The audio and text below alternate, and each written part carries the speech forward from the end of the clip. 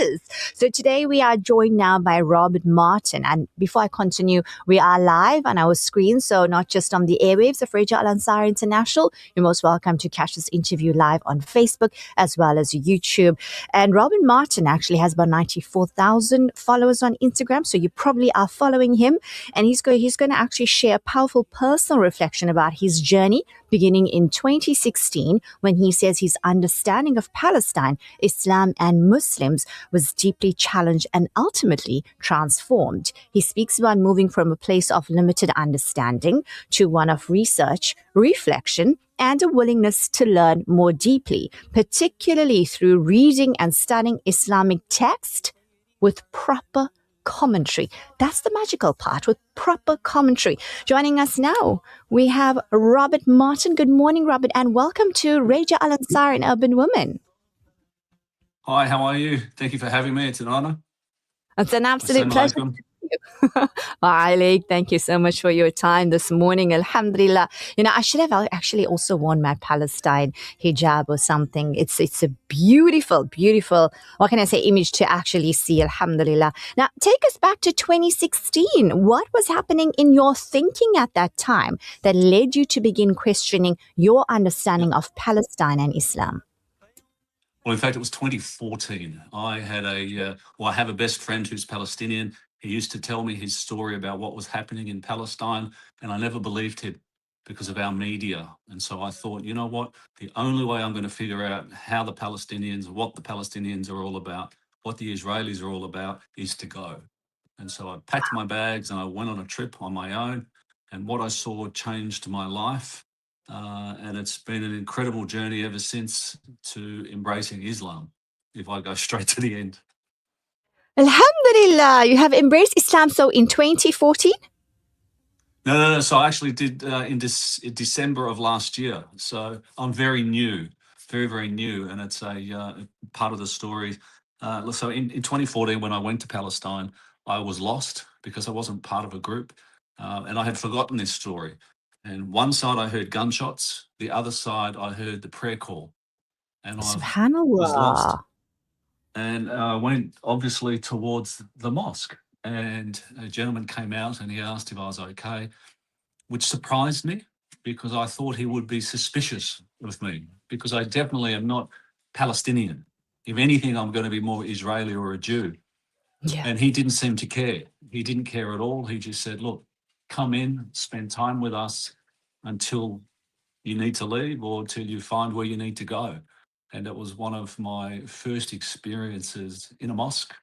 And it happened to be in an occupied place like Palestine. SubhanAllah, SubhanAllah. So I have to say, wa alaikum salam wa rahmatullahi wa barakatuh to complete that. SubhanAllah, this is so beautiful. I actually have hair. It feels like my hair is standing right now as I speak with you because indeed you are chosen because Allah Azza wa Jal guides those whom He loves with hidayah. SubhanAllah. Now, you've also used strong words like misled and embarrassed when reflecting on your past views. Yep. How do you process that emotionally today?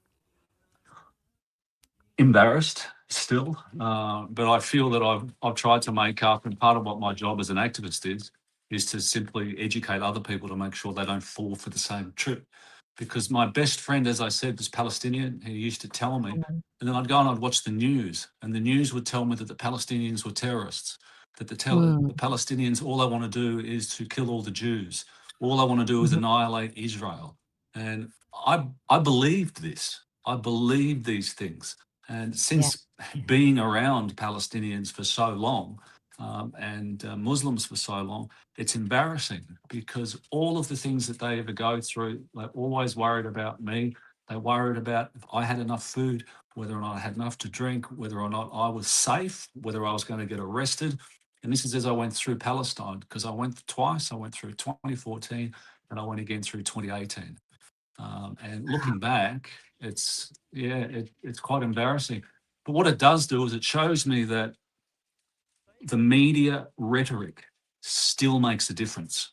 And it still makes a difference. And we need news outlets like yours, and we need shows like yours that speak the truth. But unfortunately, the Western people don't go looking for your channel.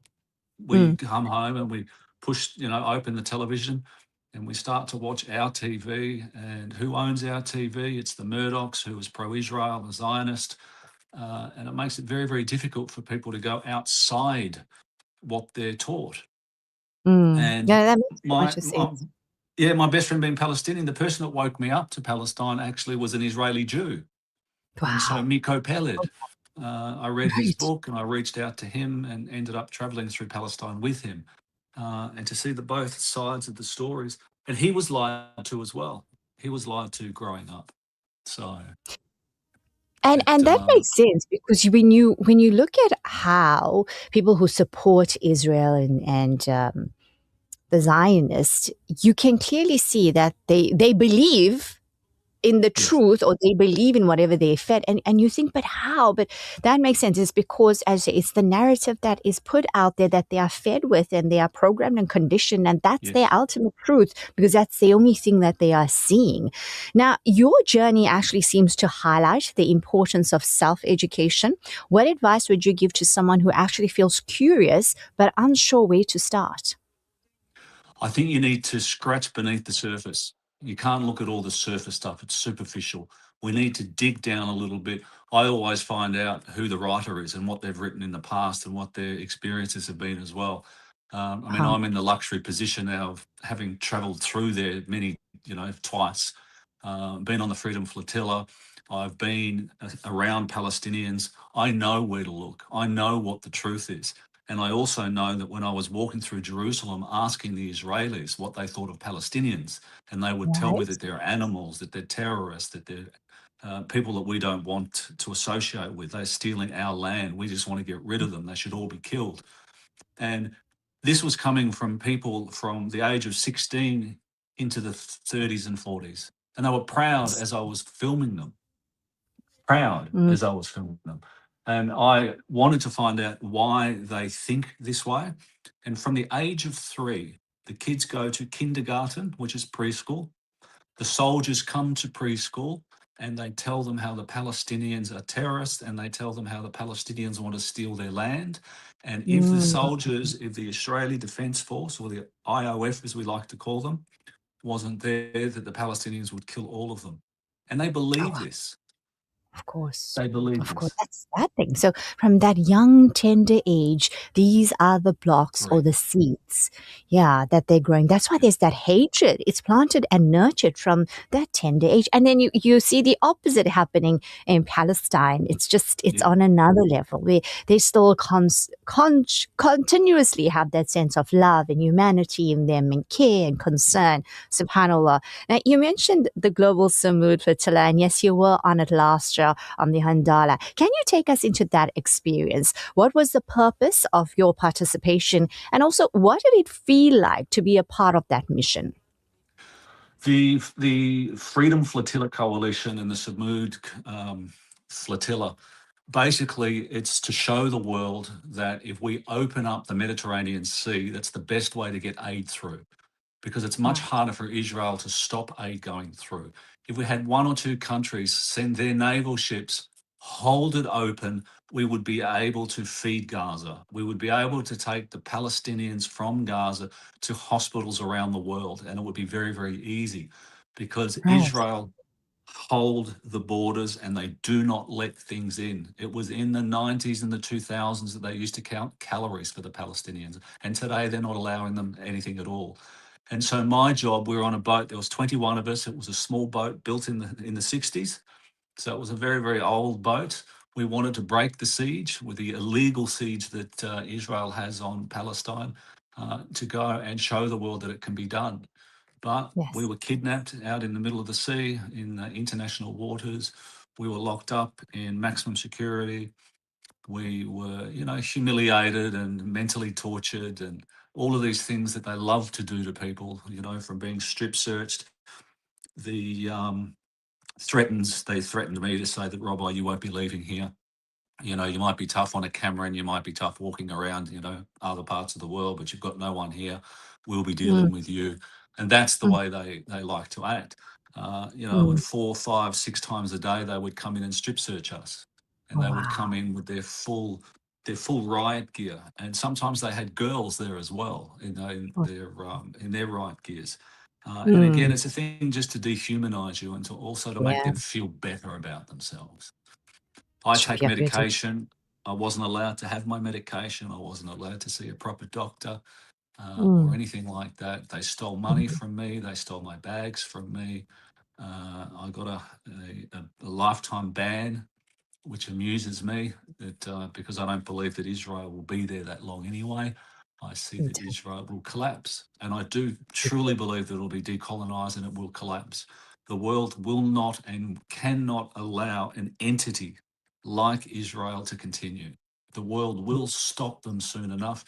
And we've got Tiago and Rafe out there that are being taken away and they're locked up in maximum security at the moment. They were in court today. And Israel have got another 6 days for them because they've got secret evidence. They call it Yeah, secret that's evidence. Nobody knows what it is because it doesn't exist. exactly. Oh my. But The things that they it would be believe remiss of in. me to not mention what the Palestinians go through. And the Palestinians go through much, much, much worse. They die, they get raped to death. They've used animals, they've used all sorts of things to completely dehumanize and deconstruct the Palestinians' bodies. This is what they do, and the world also needs to see this and to stop this. And this is why I say Israel will not continue. We're so close to the end of Israel. Inshallah. I mean, it's horrific when you think of what they go through and you think, how? Obviously, they're not, they are, the irony is they call the Palestinians animals, but look at the behavior. You cannot have a single cell of consciousness in you to be able to do what you do to any human No. being, but they continuously do this to the Palestinians and then I think give a pinch of it to others. Robert, you've actually spoken about being detained, about mistreated, and also later deported during that journey. Without going into anything overly graphic, what stands out the most to you about the experience emotionally and mentally? The one thing that stood out was the fact that the Israelis thought that I was there only because I hate Jews that much, not because I care for the Palestinians. It's only because I hate Jews. They think Mm. the world is against them. It always has been against them. They're giving them every reason today. But that was one thing. I remember also the being in the court and the prosecutor saying, why don't you go to other countries? Why do you come here? Is it just because you hate us Jews? Why don't you leave us alone? Wow. And it's insane that that's what their Mm. belief is. Yeah. The But victim. also the fact that they can, throw you up against a wall and say, you're never going to get home. We can kill people here. Nobody cares about you. People like you get lost in prisons like this. And then they go home to their families. They might have a daughter or a son and they try and become normal. It's not normal behavior. It's not normal behavior. And then when you put on top of that, they hate people that like the Palestinians and fight for the Palestinians, but boy, do they hate the Palestinians. And so that level of hatred goes up 100%, 200%, where they can beat them without a second thought, without a second thought. And some of these people are religious. They tell Mm. us that they're religious. No religion Oh, on earth is going to allow you to do this. No religion on earth is going to say that you need to do these things. And if it does say that, you're reading it wrong because it doesn't.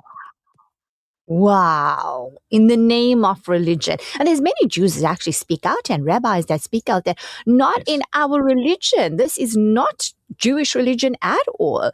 And No. it's wonderful to see how they take that stand and they speak up about this.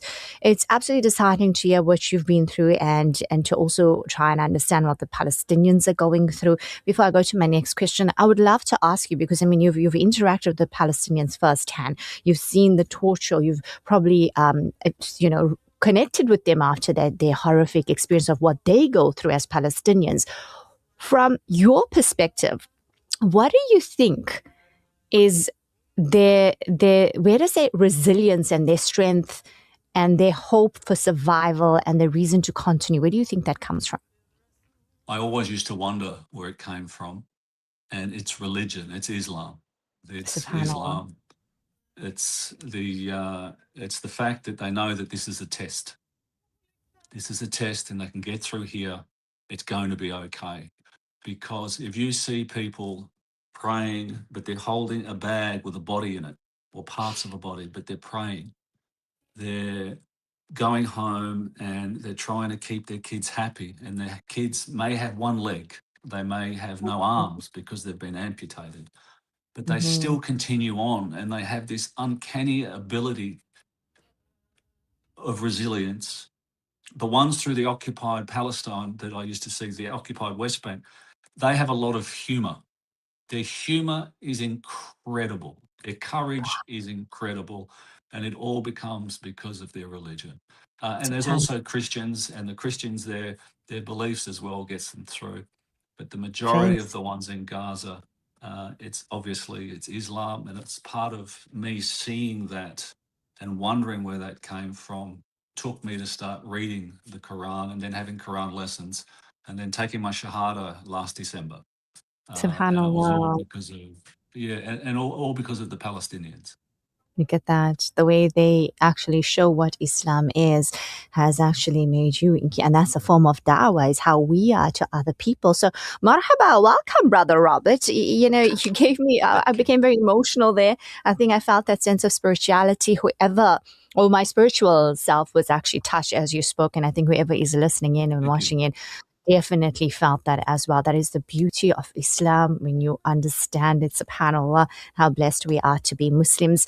Robert, when you actually reflect on movements like the Global Samud Flotilla, how do you interpret their role in raising awareness about Palestine in the wider global context?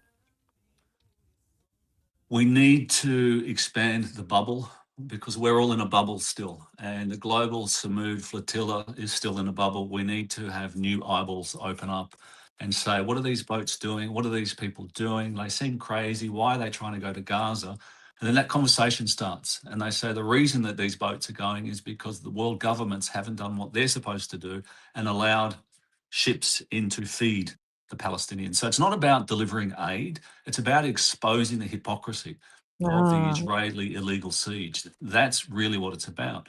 And early on, they had a few boats through. In my group, we had 21 on one boat. This group here, 22 boats have been taken so far. There's about 100 and something left to go.